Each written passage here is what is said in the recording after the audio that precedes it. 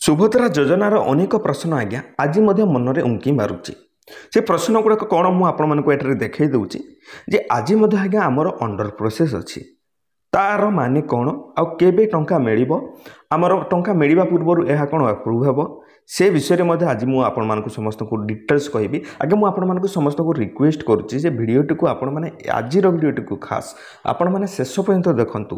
ମୁଁ ଗ୍ୟାରେଣ୍ଟି ଦେଇକି କହୁଛି ଆପଣଙ୍କ ମନରେ ଯେକୌଣସି ପ୍ରଶ୍ନ ଅଛି ସମସ୍ତ ଡିଟେଲ୍ସ ଆପଣମାନେ କ୍ଲିଅର୍ ହୋଇଯାଇପାରିବେ। ସେକେଣ୍ଡ ପ୍ରଶ୍ନ, ଅସ୍ଥାୟୀ ଓ ସ୍ଥାୟୀ ଥିଲେ ତା'ର ଲିଷ୍ଟର ମାନେ କ'ଣ, ଯେ ଅସ୍ଥାୟୀ ତାଲିକାରେ ଥିଲେ କିମ୍ବା ସ୍ଥାୟୀ ତାଲିକାରେ ଥିଲେ ଆମକୁ ଟଙ୍କା ମିଳିବ ନା ନାହିଁ। ତାପରେ ଆମେ ଯଦି ସମସ୍ତଙ୍କର ଶୋ କରୁଛି, ପ୍ରତ୍ୟେକ ଡିଷ୍ଟ୍ରିକ୍ଟର ଶୋ କରୁଛି, କିନ୍ତୁ ଯେତେବେଳେ ମୁଁ ମୋର ନିଜ ଡିଷ୍ଟ୍ରିକ୍ଟର କିମ୍ବା ନିଜ ଜିପିରେ ଯେତେବେଳେ ମୁଁ ଚେକ୍ କରୁଛି ତ ସେଇ ଜାଗାରେ କ'ଣ ଲେଖୁଛି ଆଜ୍ଞା, ଫାଇଲ୍ ନଟ୍ ଫାଉଣ୍ଡ, ଫାଇଲ୍ ନଟ୍ ଫାଉଣ୍ଡ ବୋଲିକି ଲେଖୁଛି। ତ ତା'ର ମାନେ କ'ଣ, ଆଗକୁ ଫାଇଲ୍ ସେଇଟା ଶୋ କରିବ ନା ନାହିଁ ସେ ବିଷୟରେ ମଧ୍ୟ ମୁଁ ଆପଣମାନଙ୍କୁ କହିବି। ଓପିଟି ଆଉଟ୍ ହେଇଥିଲେ ଆଜ୍ଞା, ଓପିଟି ଆଉଟ୍ ହେଇଯାଇଥିଲେ, ଯେତେବେଳେ ଓପିଟି ଆଉଟ୍ ହେଇଯାଏ ତ ସେତେବେଳେ ଆଉ ଟଙ୍କା ଆପଣମାନେ ପାଇବେ ନାହିଁ।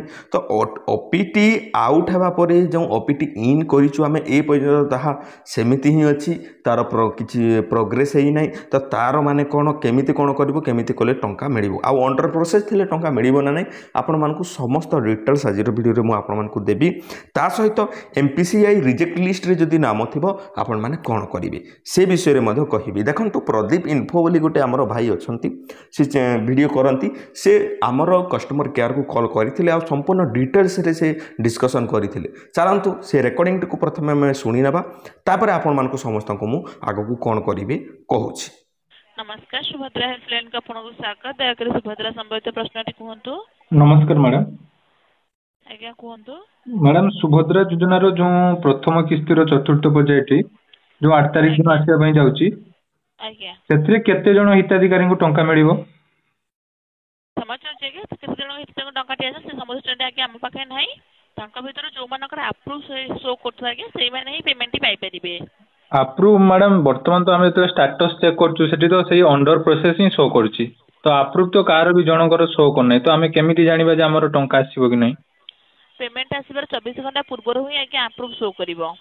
ହଁ, ତ ବର୍ତ୍ତମାନ ସୁଦ୍ଧା ଆମର କନଫର୍ମ କହିପାରିବା ନାହିଁ ଯେ ଆମର ସୁଭଦ୍ରା ଯୋଜନାରେ ଟଙ୍କା ମିଳିବ କି ନାହିଁ। ଆଜ୍ଞା ସାର୍। ହଁ, 24 ଘଣ୍ଟା ପୂର୍ବରୁ ଯେଉଁମାନଙ୍କର ଆପ୍ରୁଭ୍ ହେଇଯିବ ତ ସେଠି ଆମେ କନଫର୍ମ ହେଇଯିବା ଯେ ଆମର ଯେଉଁ ଅଣ୍ଡର ପ୍ରୋସେସ୍ ଅଛି ଯେଉଁମାନଙ୍କର ସେମାନଙ୍କର ଟଙ୍କା ଆସିଯିବ। ଆଜ୍ଞା ଆଜ୍ଞା ମ୍ୟାଡ଼ାମ, ଆଉ ଗୋଟେ ଆମର ପୋର୍ଟାଲରେ ଯେତେବେଳେ ବର୍ତ୍ତମାନ ଆମେ ଗୋଟେ ଲିଷ୍ଟ ଆସିଛି, ଯେମିତି ଆଗରୁ ଥିଲା ଗୋଟେ ଆମର ହିତାଧିକାରୀ ତାଲିକା, ତ ବର୍ତ୍ତମାନ ଗୋଟେ ଅସ୍ଥାୟୀ ହିତାଧିକାରୀ ତାଲିକା ଆସିଛି। ତ ସେଇ ଅସ୍ଥାୟୀ ହିତାଧିକାରୀ ତାଲିକାରେ ଦୁଇଟା ରହିଛି, ଗୋଟେ ହେଲା ଆମର ଅସ୍ଥାୟୀ ଯୋଗ୍ୟ ତାଲିକା, ଗୋଟେ ଅସ୍ଥାୟୀ ଅଯୋଗ୍ୟ ତାଲିକା। ସୋ ସେଇ ଦୁଇଟା ଆମର କ'ଣ ଡିଫରେନ୍ସ ରହିଛି ଆଉ ସେଇଟା କ'ଣ? ଆଜ୍ଞା, ଯୋଗ୍ୟ ଯେଉଁମାନଙ୍କର ଭେରିଫିକେସନ୍ ଆଜ୍ଞା ସରିଯାଇଛି ଆଜ୍ଞା, ଆଜ୍ଞା ଆଉ ଅଯୋଗ୍ୟ ହିତାଧିକାରୀ ତ ଯେଉଁମାନଙ୍କର ପ୍ରୋସେସିଂରେ ରହିଛି, ଭେରିଫିକେସନ୍ ତାଙ୍କର ବର୍ତ୍ତମାନ ଚାଲୁଛି ଆଜ୍ଞା, ସେଟା କମ୍ପ୍ଲିଟ୍ ହେଇନି। ହଁ, ଭେରିଫିକେସନ୍ ମ୍ୟାଡ଼ାମ ମାନେ ଏଇ ଯେଉଁ ଫିଲ୍ଡ ଭେରିଫିକେସନ୍ ନା ଆମର ଅନ୍ୟ କୌଣସି ଭେରିଫିକେସନ୍? ଆଜ୍ଞା, ଏଇଟା ଗଭର୍ଣ୍ଣମେଣ୍ଟ ତରଫରୁ ଯେଉଁମାନଙ୍କର ନାଁ ଶୋ କରୁଛି ସେମାନଙ୍କର ଫିଲ୍ଡ ଭେରିଫିକେସନ୍ ହେଉଛି ଆଜ୍ଞା, ନଚେତ୍ ଗଭର୍ଣ୍ଣମେଣ୍ଟ ତରଫରୁ ଅନଲାଇନ୍ ହିଁ ଭେରିଫିକେସନ୍ ହେଉଛି ଆଜ୍ଞା। ଆଜ୍ଞା ହଁ, ଏଇ ଯେଉଁ ଲିଷ୍ଟଟା ଆସିଥିଲା ଯେଉଁ ପଞ୍ଚାୟତକୁ, ଆମ ପଞ୍ଚାୟତକୁ ଯେଉଁ ଲିଷ୍ଟଟା ଆସିଥିଲା ସେଠି ଆମର ଯେଉଁ ଫିଲ୍ଡ ଭେରିଫିକେସନ୍ ପାଇଁ ଯେଉଁମାନଙ୍କର ନାଁ ଆସିଥିଲା, ତ ସେମାନଙ୍କ ଭିତରୁ କିଛି ଜଣଙ୍କର ଯାଇକି ଯେଉଁମାନଙ୍କର ଯୋଗ୍ୟ ତାଲିକାରେ ଅଛି ସେମାନଙ୍କର ଅଛି ଆମର ଫିଲ୍ଡ ଭେରିଫିକେସନ୍ କମ୍ପ୍ଲିଟ୍ ହେଇଯାଇଛି, ଆଉ ଯେଉଁମାନଙ୍କର ଅଯୋଗ୍ୟ ତାଙ୍କର ପେଣ୍ଡିଂ ଅଛି। ଆଉ ମୁଁ ମ୍ୟାଡ଼ାମ ସେଠି ଦେଖନ୍ତୁ, ମୁଁ ଆମର ଯେତେବେଳେ ଆମ ଡିଷ୍ଟ୍ରିକ୍ଟର ଅଲଗା ଆମ ବ୍ଲକର ଅନ୍ୟାନ୍ୟ ପଞ୍ଚାୟତର ଲିଷ୍ଟ ଶୋ କରୁଛି, କିନ୍ତୁ ଯେତେବେଳେ ମୁଁ ମୋ ନିଜ ପଞ୍ଚାୟତରୁ ଚେକ୍ କରୁଛି ମୋର ଆମ ପଞ୍ଚାୟତର ଲିଷ୍ଟଟା ଶୋ କରୁନାହିଁ, ଫାଇଲ୍ ନଟ୍ ଫାଉଣ୍ଡ ଲେଖୁଛି। ଗୋଟେ PDFର ଅପସନ୍ ରହୁଛି କିନ୍ତୁ ଫାଇଲ୍ ନଟ୍ ଫାଉଣ୍ଡ ଲେଖୁଛି। ଆଜ୍ଞା ହଁ, ସେଇଟା ବହୁତ ପ୍ରୋବ୍ଲେମ୍ ରହୁଛି। ତ ମୁଁ ସେଇ ପାଇଁ କଲ୍ କରିବା ପାଇଁ ଜାଣିବା ପାଇଁ ଚାହୁଁଥିଲି ଯେ କେମିତି ଆପଣମାନଙ୍କର ସେଇଟା ଯେଉଁଟା ଫାଇଲ୍ଟା ବର୍ତ୍ତମାନ ଶୋ କରୁନାହିଁ ସେଇଟା ଆଗକୁ ଶୋ କରିବ, ନହେଲେ ଆପଣ ଯେଉଁଟା କହିଲେ 24 ଘଣ୍ଟା ପୂର୍ବରୁ ଯଦି ଦେଖେଇଲା ତ ସେ ସମୟରେ ଆମେ ଷ୍ଟାଟସ୍ ଚେକ୍ କଲେ ଜାଣିପାରିବା। ଆଜ୍ଞା ହଁ, ଆଉ ମ୍ୟାଡ଼ାମ ରହିଲା ଆମର ଯେଉଁଟା ରହିଛି ଆମର ଗୋଟେ ସୁଭଦ୍ରା ଯେତେବେଳେ ଆମେ ଲଗ୍ଇନ୍ କରୁଛେ ବା ପୋର୍ଟାଲ ଯେତେବେଳେ ଖୋଲୁଛେ ସେଠି ଆମର ଗୋଟେ ବ୍ୟାନର ଗୋଟେ ଶୋ କରୁଛି ଘୋଷଣାନାମା ଯେ ଯେଉଁମାନଙ୍କର NPCI କ୍ଲିୟରାନ୍ସ ନାହିଁ ତାଙ୍କର ଲିଷ୍ଟ ବର୍ତ୍ତମାନ ପଞ୍ଚାୟତ ବା ବ୍ଲକ ନହେଲେ ସୁଭଦ୍ରା ପୋର୍ଟାଲରେ ଅଛି। ଆଜ୍ଞା ହଁ, ତ ସେଠି NPCI ଯେତେବେଳେ ଆମର ଯେଉଁ ପୁରୁଣା ଯେଉଁ ଲିଷ୍ଟଟା ଥିଲା ବର୍ତ୍ତମାନ ମଧ୍ୟ ସେଇ ଲିଷ୍ଟଟା ହିଁ ଶୋ କରୁଛି। ତ ଯେଉଁମାନେ କମ୍ପ୍ଲିଟ୍ କରିଛନ୍ତି ଯାଇ ବ୍ୟାଙ୍କକୁ କି ବି ବ୍ୟାଙ୍କରେ ଯାଇକି ଆମର ଯାହା ବି ଡକୁମେଣ୍ଟ ସବୁ ସବମିଟ୍ କରିଛନ୍ତି ସେମାନେ କେମିତି କନଫର୍ମ ହେବେ ଯେ ତାଙ୍କର NPCI କ୍ଲିୟର ଅଛି ବୋଲି? କାରଣ ବର୍ତ୍ତମାନ ତ ବ୍ୟାଙ୍କ ସହିତ ଯୋଗାଯୋଗ କଲେ ଜାଣିପାରିବେ କି ଏନପିସିଆଇ ତାଙ୍କର କ୍ଲିୟର ଅଛି କି ନାହିଁ। ନାଇଁ ମ୍ୟାଡାମ ସେମିତି କହିଲେ ଯେ ଜଣକୁ 2 ଦିନ 3 ଦିନ ତ ବ୍ୟାଙ୍କକୁ ଯିବା ପାଇଁ ବ୍ୟାଙ୍କରେ କହୁଛନ୍ତି ଆମେ କରିଦେଇଛୁ, କିନ୍ତୁ ପୋର୍ଟାଲରେ ତ ବର୍ତ୍ତମାନ ସୁଦ୍ଧା ସେଇ ଆମର ପେଣ୍ଡିଂ ଲିଷ୍ଟ ହିଁ ନା ଅଛି ଯୋଉଟା ଏନପିସିଆଇ ରିଜେକ୍ଟ ଲିଷ୍ଟରେ। ଆଜ୍ଞା ବୁଝିପାରୁଛୁ ଆଜ୍ଞା, କିନ୍ତୁ ଏନପିସିଆଇ ହେଉଛି ଆପଣଙ୍କର ବ୍ୟାଙ୍କ ରିଲେଟେଡ୍ ଇନଫର୍ମେସନ, ଠିକ ଅଛି। ଆପଣ ବ୍ୟାଙ୍କ ଆଜ୍ଞା ତ ଯୋଗାଯୋଗ କଲେ ହିଁ ଜାଣିପାରିବେ ଆପଣଙ୍କର କ୍ଲିୟର ଅଛି କି ପେଣ୍ଡିଂ ଅଛି ଆଜ୍ଞା। ହଁ ମ୍ୟାଡାମ ସେଇଟା ତ ଗୋଟେ ଆମର ପ୍ରୋବ୍ଲେମ ରହୁଛି ଯେ ଏନପିସିଆଇ ଯୋଉଟା ପୋର୍ଟାଲରେ ଦେଖାଉଛି ଯେ କିନ୍ତୁ ଆମେ ଚେକ୍ କରିପାରୁନୁ ଯେ ଆମର ଅଲରେଡି କ୍ଲିୟର ହେଲା କି ନାହିଁ। ଆଜ୍ଞା ହଁ ଆଉ ମ୍ୟାଡାମ ଯଦି ବର୍ତ୍ତମାନ ଜଣେ ଚାହିଁବ ଆପ୍ଲାଏ କରିପାରିବ ସୁଭଦ୍ରା ପୋର୍ଟାଲରେ? ଆଜ୍ଞା ସାର୍। ହଁ ତ ଏଠି ଆମର ଏଜ୍ କ୍ରାଇଟେରିଆ କୋଉଟାକୁ ନବା, ସେ ଯୋଉ ପୂର୍ବରୁ ଯୋଉ ଜୁଲାଇ ସୁଦ୍ଧା ଯୋଉମାନଙ୍କର 21 ବର୍ଷ ଆଜ୍ଞା ହେଇଥିବ, ନା ନୂଆ କରି ଯୋଉ 2025 ମସିହା ସେମିତି କିଛି? ନାଇଁ ସେ ଯୋଉମାନଙ୍କୁ ବର୍ତ୍ତମାନ 21 ବର୍ଷ ହଉଛି ସେମାନେ 2025 7/1 ଆବେଦନ କରିପାରିବେ। 7/1 ଆଜ୍ଞା ମାନେ ଜାନୁଆରୀ 7 ଠାରୁ? ଜୁଲାଇ 1ରେ। ଓ ସରି 7/1 କହିଲେ 1/7 ରେ। ଆଜ୍ଞା ହଁ ଜୁଲାଇ ମାସ ପରେ ତାହେଲେ ଆବେଦନ ହବ, କିନ୍ତୁ ବର୍ତ୍ତମାନ ଯାଇକି ଆବେଦନ ହବନି। ଏବେ ନାଇଁ ଯୋଉମାନେ ଆଜ୍ଞା ହଁ ଯୋଉମାନଙ୍କର 21 ବର୍ଷ ଅଛି। ଆଉ ମ୍ୟାଡାମ ଯୋଉ କୁହାଯାଉଛି ଯେ ଯୋଉମାନେ ଏଥର ବି ପେଣ୍ଡିଂ ରହିଯିବେ ତାଙ୍କୁ କଣ ଏକାଥରେ ମାର୍ଚ୍ଚ 7 ତାରିଖରେ ଡବଲ କିସ୍ତି ମିଳିଯିବ?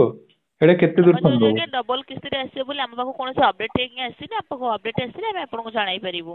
ଆଜ୍ଞା ତ ବର୍ତ୍ତମାନର ଯୋଉଟା ଅପଡେଟ୍ ଆପଣମାନଙ୍କ କହିବା ଅନୁସାରେ ଯୋଉମାନଙ୍କର ଅଣ୍ଡର ପ୍ରୋସେସ ରହିଛି ସେଇଟା ଆପଣ ମାନେ ଆମର 24 ଘଣ୍ଟା ପୂର୍ବରୁ ହିଁ ଚେକ୍ କରିହେବ ଯେ ଏପ୍ରୁଭ୍ ହେଲା ବୋଲି। ଆଜ୍ଞା ସାର୍। ହଁ ମ୍ୟାଡାମ ଆଉ ଯୋଉଟା ରହିଛି ଆମର ଯୋଉମାନଙ୍କର ଅପ୍ଟ ଆଉଟ ରୁ ଅପ୍ଟ ଇନ୍ ହେଇଥିଲେ ସେମାନଙ୍କର କଣ ବର୍ତ୍ତମାନ ସ୍ଥିତି? ଆମେ ସେମାନଙ୍କର ବି ସେଇ ଅଣ୍ଡର ପ୍ରୋସେସ ଦେଖଉଛି, ତ ତାଙ୍କର କଣ ଆଜ୍ଞା କେମିତି ଆମେ ଜାଣିବୁ? ଆଜ୍ଞା ଅପ୍ ଇନ୍ ସେମାନଙ୍କ କଲାରୁ ତାଙ୍କ ଭିତରୁ ଯୋଉ ଅଣ୍ଡର ପ୍ରୋସେସ ଯୋଉଟା ଶୋ କରୁଛି ଆପ୍ରୁଭ୍ ହେଇଯିବ, ତାହେଲେ ସେମାନେ ସୁବିଧାଟି ମଧ୍ୟ ପାଇପାରିବେ। ହଁ ଆଉ ଯୋଉମାନଙ୍କର ହଁ ମ୍ୟାଡାମ ରିଜେକ୍ଟ ଯୋଉମାନଙ୍କର ହେଇଥିଲା, ଆମେ ଯୋଉ କମ୍ପ୍ଲେନ ଦେଇଥିଲେ ଆମର ଘର ପାଖରେ ମୁଁ ଜଣଙ୍କର କମ୍ପ୍ଲେନ ଦେଇଥିଲି, ତାଙ୍କର ତ ବର୍ତ୍ତମାନ ବି କୌଣସି ଅଣ୍ଡର ପ୍ରୋସେସ କି କିଛି ବି ଅପସନ ଦେଖୁନି, ସେ ରିଜେକ୍ଟ ରେ ହିଁ ଅଛି। ଆଜ୍ଞା ସେ ରିଜେକ୍ଟ ଗଭର୍ଣ୍ଣମେଣ୍ଟ ତରଫରୁ ଭେରିଫିକେସନ ହେଇସାରିଲା ପରେ ସେଟା ସକ୍ସେସଫୁଲ ହେଇଯିବ ଆଜ୍ଞା, ତାହେଲେ ତାର ସୁବିଧାଟି ହେଇକିନା ଗଭର୍ଣ୍ଣମେଣ୍ଟ ତରଫରୁ ପେମେଣ୍ଟ ଆଜ୍ଞା ପାଇପାରିବେ।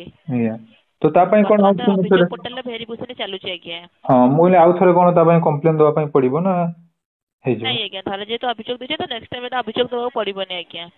ଆଜ୍ଞା ତ ଥରେ ଅଭିଯୋଗ ଦେଇଛି ମାନେ ଆଉ ନେକ୍ସଟ ଟାଇମ ନଦେଲେ ବି ହେଇପାରିବ। ଆଜ୍ଞା ହଁ ତ ମ୍ୟାଡାମ ଏଇ ଯୋଉ କହୁ ମାନେ ଉପମୁଖ୍ୟମନ୍ତ୍ରୀ ଯୋଉ ବାଇଟ ଦେଇଥିଲେ ଯେ ପୁରା ଡିଟେଲସ ଲିଷ୍ଟ ଆସିଯିବ, ସେ ଲିଷ୍ଟ ଆସିବ କି ନାଇଁ ସେ ବିଷୟରେ ବି ଜାଣିବା ପାଇଁ ଚାହୁଁଥିଲି। ନାଇଁ ଆଜ୍ଞା ବୁଝିପାରୁଛୁ, କିନ୍ତୁ ଲିଷ୍ଟ ସମ୍ବନ୍ଧୀୟ କୌଣସି ଆମ ପାଖକୁ ଆଜ୍ଞା ଆସିନାହିଁ। ଆସିନାହିଁ। ହଁ ତ ମ୍ୟାଡାମ ଏଇ ବିଷୟରେ ଟିକେ ଜାଣିବାର ଥିଲା। ଆଉ ଯୋଉଟା କି ଆମର ଗୋଟେ ଲିଷ୍ଟ ଯୋଉ ବାହାରିଛି ଏଲିଜିବୁଲ ଆଉ ଇନଏଲିଜିବୁଲ, ସେଇଟା ବର୍ତ୍ତମାନ ଫାଇଲ ଟିକେ ଶୋ କରୁନାହିଁ, ତ ସେଇ ପାଇଁ ବାରମ୍ବାର ଆପଣ ମାନଙ୍କୁ ଇନଫରମେସନ ଜାଣିବା ପାଇଁ ଚାହୁଁଥିଲି। ଆପଣଙ୍କୁ କଣ ବର୍ତ୍ତମାନ ଯଦି କୌଣସି ବି ବ୍ୟକ୍ତି ତାର ଷ୍ଟାଟସ ଚେକ୍ କରିବା ପାଇଁ ଅସମର୍ଥ ହଉଛି, ଆପଣ କହିପାରିବେ କି ତାଙ୍କର ଏ ଯୋଉ ଫିଲ୍ଡ ଭେରିଫିକେସନ କଲା ପରେ ଆପଣ ମାନେ ଚେକ୍ କରି କହିପାରିବେ ଯେ ସେ ଏଲିଜିବୁଲ ଅଛନ୍ତି କି ନାହାନ୍ତି? ଇଲିଜିବୁଲ ଅଛନ୍ତି କି ନାଇଁ କ୍ଷମା ଚାହୁଁଛି ଆଜ୍ଞା, ଆମେ ସେ ସମ୍ବନ୍ଧରେ ଜଣାଇ ପାରିବୁ ନାହିଁ, କିନ୍ତୁ ଆମେ ଷ୍ଟାଟସ ଚେକ୍ କରି ତାଙ୍କ ସ୍ଥିତି ଜଣାଇ ପାରିବୁ।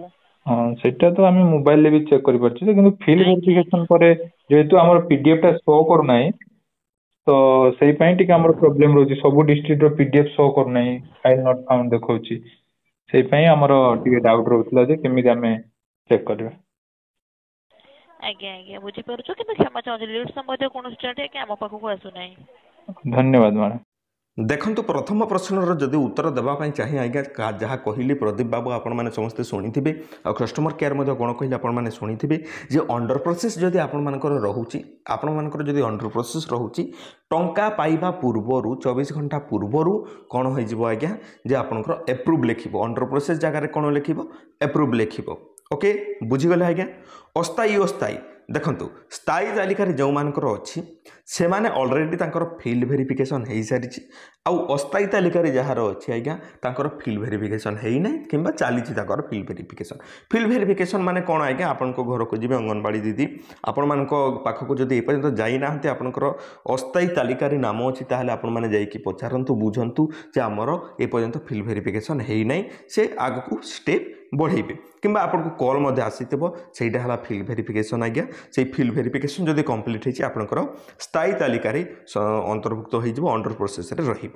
ତାପରେ file not ଫାଉଣ୍ଡ। File not founder ବଡ଼ ପ୍ରୋବ୍ଲେମ୍ ଆଜ୍ଞା, ଯେଉଁଟାକି ଫାଇଲ୍ ନଟ୍ ଫାଉଣ୍ଡ ଯଦି ଆପଣଙ୍କର ଥିଲା, ତାହେଲେ ସେଇ ଫାଇଲ୍ ନଟ୍ ଫାଉଣ୍ଡରେ ଆପଣଙ୍କର କିଛି ଦିନ ପରେ ତାହା ପୁଣି ଫାଇଲଟି ଶୋ କରିବ ଆଜ୍ଞା କିଛି ଦିନ ପରେ ତାହା ପୁଣି ଫାଇଲଟି ଶୋ କରିବ ଆପଣଙ୍କର ଦେଖନ୍ତୁ ମୁଁ ଆଗରୁ ମଧ୍ୟ କମେଣ୍ଟରେ ପ୍ରାୟ କହୁଥିଲି ଯେ ଆପଣଙ୍କର ଅପଡେଟ୍ ହେଇନି ଆପଣଙ୍କ ଅଞ୍ଚଳରେ ଫିଲ୍ଡ ଭେରିଫିକେସନଟି ସରିଲେ ଫିଲ୍ଡ ଭେରିଫିକେସନ ସରିଲା ପରେ ଆପଣଙ୍କର ଫାଇଲଟି ସେଠାରେ ଶୋ କରିବ ଆପଣଙ୍କର ନିଜ ଜିପିର ମଧ୍ୟ ଆପଣମାନେ ଚେକ୍ କରିପାରିବେ ବୁଝିଗଲେ ଓପିଟି ଆଉଟ୍ ଯଦି ହେଇଥିଲା ଆପଣମାନେ ଓଟିପି ଇନ୍ କରିଦିଅନ୍ତୁ ଆଉ ଅଣ୍ଡର ପ୍ରୋସେସରେ ରହିବ ତାହା କିଛି ଦିନ ଆପ୍ରୁଭ୍ ହେଲା ପରେ ଆପଣମାନଙ୍କୁ ମିଳିଯିବ ଆଉ ଗୋଟେ ହେଲା ଶେଷ କ୍ୱେଶ୍ଚନ୍ ଆଜ୍ଞା MPCI ରିଜେକ୍ଟ ଲିଷ୍ଟରେ ଯଦି ନା ଅଛି MPCI ରିଜେକ୍ଟ ଲିଷ୍ଟ କଲେ ଆଜ୍ଞା डायरेक्ट बेनिफिट ट्रांसफर जोटा आम मैंने आगुरी कहते से डीबीटीटाକୁ लिंक करदेले आपणकर खेड़ खत्म जदि आपण मैंने बैंक रे देउचंती बैंक रे देला पर से कहउचंती जे आमे डीबीटी कर देइछु आज्ञा एतिकी ही जदि आपणकर हो जाइछि